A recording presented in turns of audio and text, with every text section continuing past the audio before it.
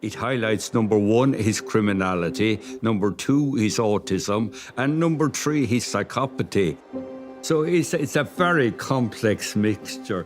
Welcome to WatchMojo UK, and today we're counting down our picks for the times British television became a bit too cursed. For you, it may have been a dream. For me, it's been a nightmare. Here we go. Before we begin, we publish new content every day, so be sure to subscribe to our channel and ring the bell to get notified about our latest videos. Number 20, Drinking Dead Dad. Oh my god. This isn't a crematorium. What do you mean? This place isn't a crematorium, it's an aquatorium. They don't burn him. He gets dissolved. In the third episode of this heavily political drama, a few of the main characters' estranged father decides to have a water burial as opposed to a cremation or regular burial. Now, you've all got one of these. It's just something to remember him by. This is when a corpse is placed in a vat with lye heated up and then dissolved into its chemical components. At the wake, one of the characters has the bizarre idea to down a shot of liquid dad. Can't do this with ashes. Cheers. Eat it. You can't do that. Acid. It's alkaline. That. What's he taste like? Soap. Soap. Like antiseptic gel. It's played for laughs, but it's a pretty disgusting moment. In real life, the liquid from water-cremated remains is sterilized and poured down the drain, so this is slightly unrealistic, but also it is an alternate timeline. Oh my god. Daddy.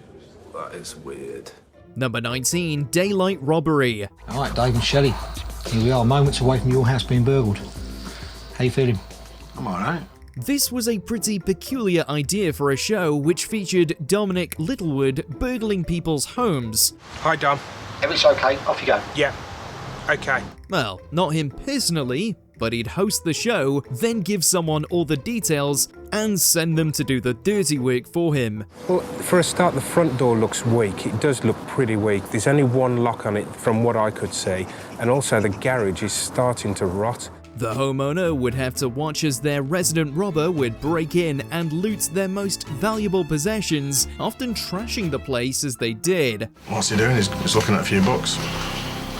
He shouldn't be there. He's looking for money behind him, I reckon. Yeah, There's something behind him. After, they'd be given a security makeover and their possessions would be returned. It's pretty bizarre watching people ask someone to rob their home, then looking shocked as if it's completely out the blue. He's looking through all your drawers. That's personal. Oh my god. Do you hide anything in any of these drawers? No, I've nothing to hide. Number 18, Student Cuisine. Get stuff! Get stuff!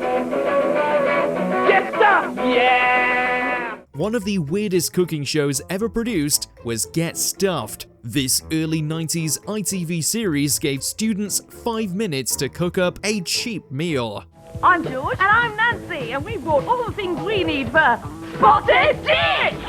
Which are milk, eggs, sultanas! Many of these dishes ended up looking as appealing as you'd expect, and the show's style made it way weirder than it needed to be. It feels as if they're making guides exclusively for recipes you can make drunk after the pub.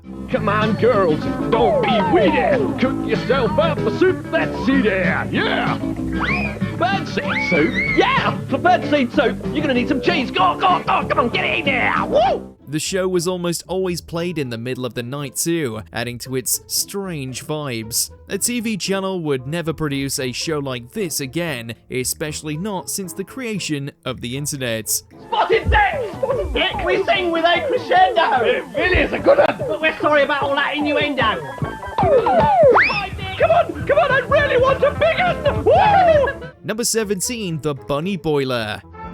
This week, I was looking for love at a football match, and I met a gorgeous guy called Tom. Unfortunately, he's already got a girlfriend. Hidden camera shows were a decent amount more popular in the 2000s. One example was Balls of Steel, where contestants would do random hidden camera pranks in public. In one episode, contestant Amy ended up straight up harassing a man for a prank. What's your name? Tom. It's freezing.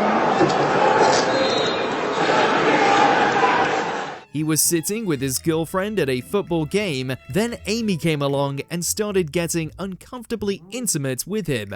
Help me, please. You enjoy? No, seriously, I'm really not. I'm really very uncomfortable right now. Do you want to sit next to her? No, not particularly. I think she's tired. If the roles were reversed and it were a man behaving like this to a woman, it wouldn't have had a chance of airing. She then takes it to another level and asks him to marry her on the football pitch, which is exceedingly cringeworthy.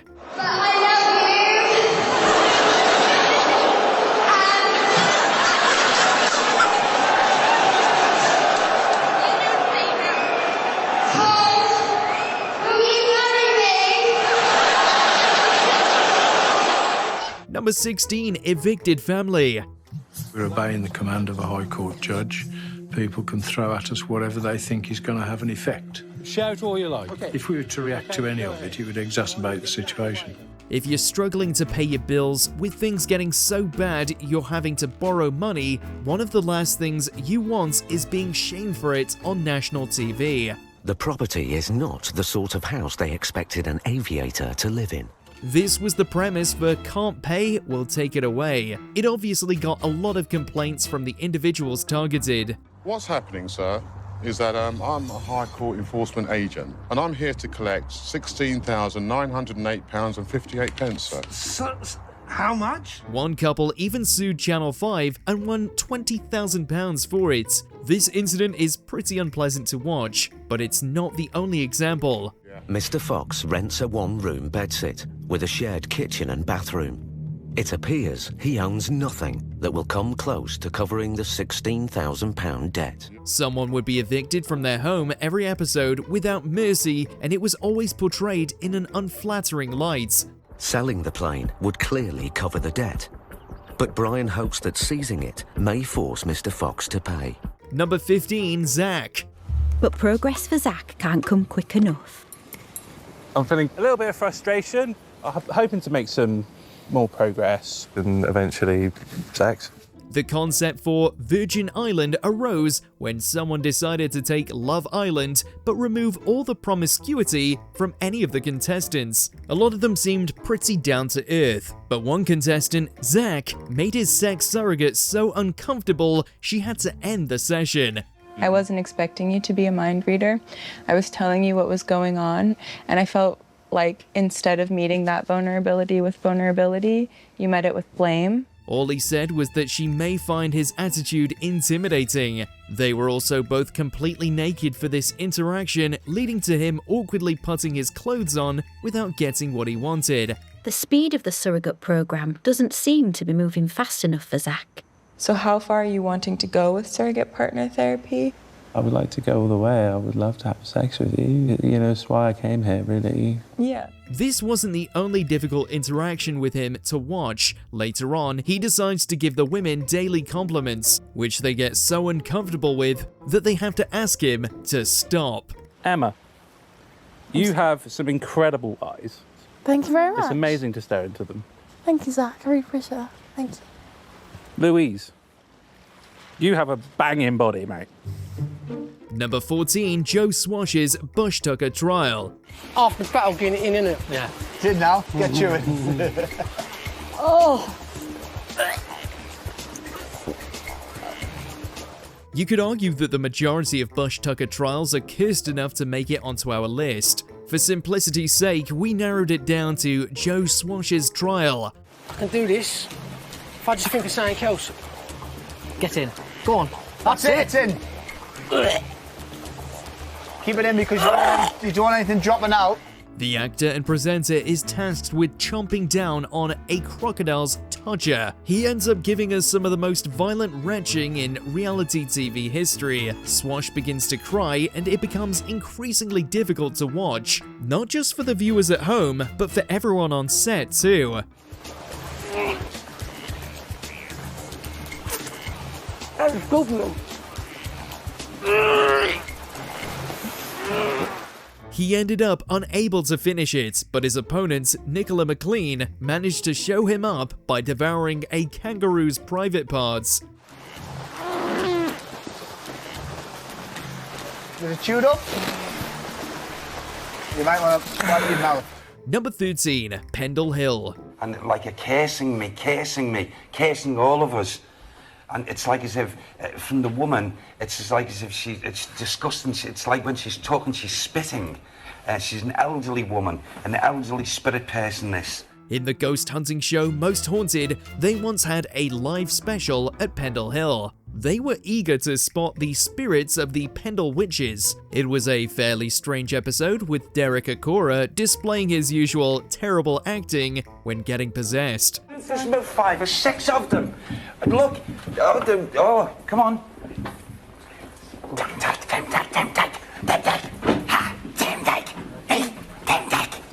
The incident was also quite distasteful, with them at one point asking viewers to text in whether they thought the Pendle witches had real powers, or were instead innocent victims. So, to vote, you have to text us by saying the words haunted, space, yes, if you think they were actually witches with genuine powers, or haunted space no if you think they were innocent victims. Such an idea is pretty insulting to the harsh realities of the witch trials. They also experienced an unusual amount of ghost activity, like moving tables, and a knife was even thrown at them. Not everyone was convinced of its authenticity though, especially since Akora was exposed as a fake. They're here. Right, yeah. They're here. Yeah. In this room now. The two energies are in here right now, and it's like as if I'm getting this. It's the only way I can describe it. Incantation sounds from the two of them. Number 12. John Sargent's dancing. Former political correspondent John Sargent has pulled out of Strictly Come Dancing.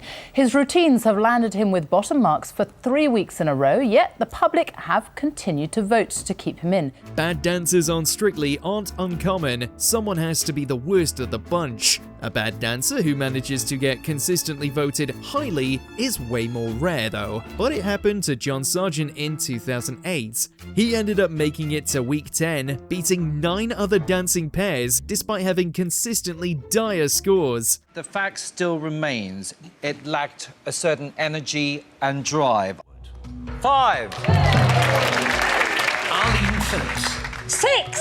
In the end, John decided to withdraw, as he thought the joke had gone on long enough. Other contestants were clearly trying way harder, with John only joining the show for a bit of fun. If he did end up winning, this entry would be way higher on our list. It's rather sad as well, though, Bruce, for the public, who obviously love him and have voted. I mean, it is an entertainment show. It's for them to vote who they want to keep in, isn't it? Yes, I agree there as well. Number 11. The Pony Prank. What would be, and seriously think about it, what would be your absolute dream?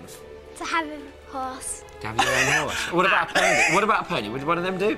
Few children's shows were as beloved as Dick and Dom in the Bungalow. It was famously controversial for the pair's constant outlandish pranks. Some of these, like bogies, have since become ingrained in UK culture. If you had a pony, Zoe, what would you call it? She's shaking though. And what would you call it?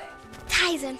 What? Tyson. Tyson. Well, watch, hang on. Everybody, cross your fingers. Close your fingers and wish it home. Wish. Say, we believe in ponies. We believe in pony. Others, like the pony prank, were a massive step over the line. They decided to give a contestant her dream gift, a pony. And what's it called? Tyson. Tyson. Oh. And what would you say if we gave it to you? A big, massive thank you. Dick and Dom bring one in for her, then crush her spirits on national TV by revealing it's just a prank. She looks like she's about to cry. Well, it might have to wait for another time because that's not yours, it's hers. So I'll think go with it. Thank you very much. Thanks away. According to the duo, she was laughing about it afterwards, so it was unlikely to upset her for very long. That doesn't mean it's easy to watch a little girl's dreams crushed on live TV though. But because we're so horrible, how many bungalow points would you like instead of a pony? 100. Number 10. Oucho's Hitler picture. No. Monsieur Pamplemousse is a French chef. No, yeah, you must have got confused. We both have moustaches. Okay, bye. Oh, what a mix-up. What's that? Ed and Oucho were two of the most iconic CBBC presenters in history. Between TV programs, their antics would provide consistent laughter for viewers. Especially not BAFTA award-winning Children's Channel of the Year. Ed Petrie was once nominated for a BAFTA for Best Children's Presenter. Ed and his cactus friend weren't free from controversy. That is not a picture of me. What? It is! That is a picture of Adolf Hitler. What? You can't put a picture of Adolf Hitler on children's television. One time, they decided to show a picture of genocidal dictator Adolf Hitler on children's television. We have to admit, it's a hilarious joke, but at the same time, it's quite cursed that the joke was allowed. But that's a huge part of why it's so funny. Well, you're saying that I look like one of the world's biggest murderers. Hitler was one of the history's most evil men. He was a massive, massive criminal. Number 9, never been cleaned. Bought the carpet in my bedroom just over 2 years ago now. I haven't vacuumed it since I bought it, and it's very filthy. It's got dog hairs and other unmentionables in it. Kim Woodburn and Aggie Mackenzie hosted this program, which centered around them tidying up the most disgusting homes they could find. Carrots, rice, raisins, bit of sweet corn there, bit of pasta. Oh, what a lovely dishcloth. Got to go into the water and get the plant. You big bloody sissy, get out me way. They were all in horrible conditions, but potentially the worst was one that had literally never been cleaned before. How long did you clean this house? Well, how long have you lived I never there? have. She's no shame, has she? The home was so bad that her daughter didn't visit for over 5 years, prompting her to contact the producers and get her on TV. It's revolting to watch, making it one of television's most stomach-churning episodes. At least on the bright side, it gets transformed entirely by the end. But she wasn't optimistic about maintaining her home's cleanliness. The bathroom's gone from grimy to, well, shiny. Oh, wow. It's so white. Yeah. It looks like a new suite. Number 8, Kill the Moon. 9 seconds. You can't. Sorry, girls. See you on the other side. 2. One of the most controversial episodes in Doctor Who history was Kill the Moon. It covered the sensitive topic of being pro-life, but did so in one of the most bizarre ways ever. What's it doing? It's feeling the sun on itself. It's getting warm. The chick flies away, and the eggshell disintegrates. In 2049, it turns out the moon has been an alien egg all along. The Doctor and Clara decide to let Earth vote on whether to kill it. They decide to ignore the results alongside the fact that only half the planet got to vote and let the egg hatch. You made your decision. Humanity made its choice. No, we ignored humanity. Well, there you go. Almost instantly, the alien lays another egg to replace the moon, which makes no biological sense. Plus, after its explosion, they go straight to a beach, the last place you'd want to be after such a disaster. Oh my gosh. It laid a new egg. It's beautiful. Doctor, it's beautiful. That's what we call a new moon. Number 7, Movie Night. Play, she's just not that into you. Oh my god. That's It's not uncommon for Love Island contestants to say things viewers interpret as sexist. It's rarer for one to say something so bad that it gets a few thousand Ofcom complaints. This is what happened during Series 8, which generated over 3,600 Ofcom complaints in a week. I'm gonna get told off. Yeah, so get off me. Sorry. That's right. Mates can't hug. The biggest cause was a heated argument between contestants Davide and Ekinsu during a movie night. For clarification, they don't watch actual movies, instead, they watch clips of their love interests flirting with other people. It's the flirting in the kitchen. When Billy asks you for a hug. Yeah, I said mates don't hug. Yeah, but you can see the energy. People were primarily upset about the lad's behavior, which they viewed as controlling and toxic. The charity Women's Aid even spoke to ITV about it because they found it so bad. I got made out of an overprotective or whatever. Mate, I saw ya. You cracking on. Come on. That shouldn't have been. Sweet. If you wanna flirt, I'll flirt. Number 6, It's About Ryan. It's about Ryan. Oh. In trouble, is he? Well, he isn't. It's more Martin.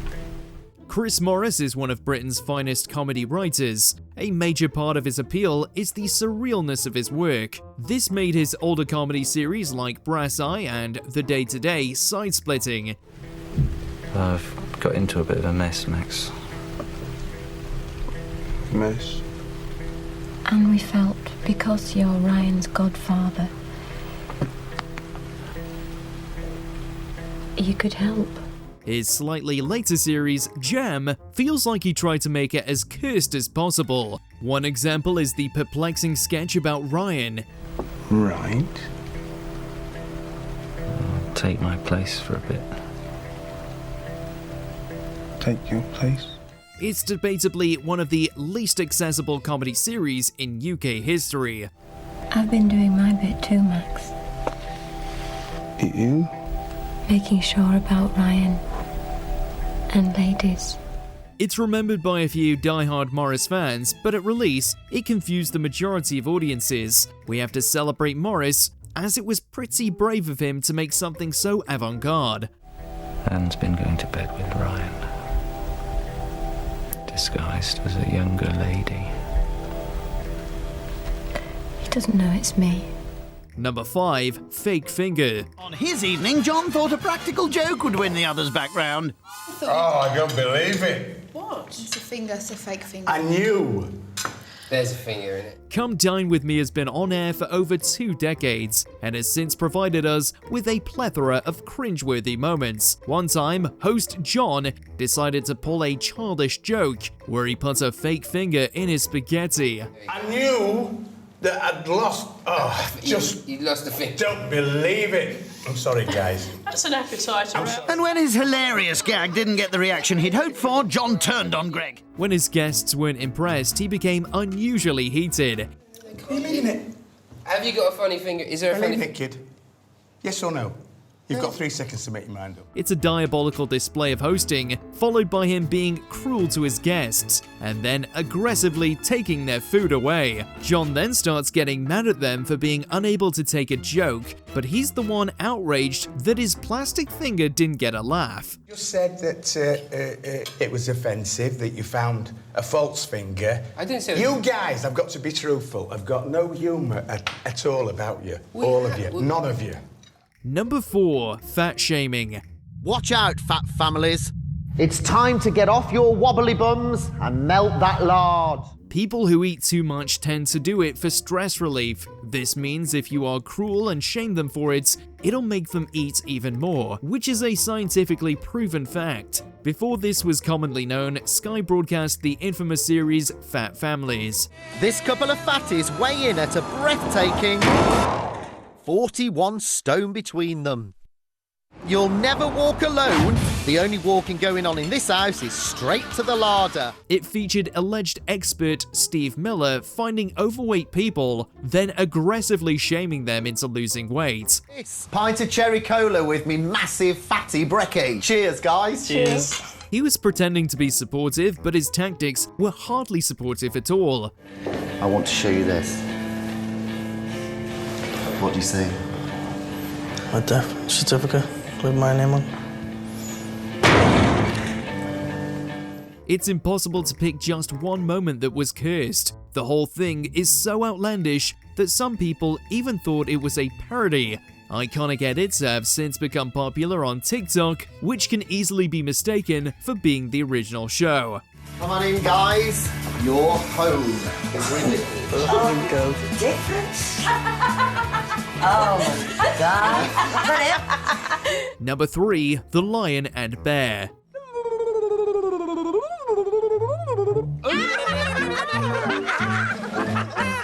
Teletubbies is a children's show so adored that it's still popular almost 3 decades after it first aired. Its intended audience is babies, but one time they accidentally made a sequence too creepy for infants. I'm the bear, with brown fuzzy hair. It was called The Lion and Bear, which featured wooden animals with creepy eyes and voices. I'll hide over here. And I'll hide over there. Can you see me? The unsettling music didn't help either, and it was quickly edited and replaced with a more wholesome sketch. It's pretty mild for adults, but to many kids, it was nightmare fuel. I am the scary lion with big, scary teeth. The edited version was somewhat better, but not enough to stop it from being banned in Japan, Russia, France, and America.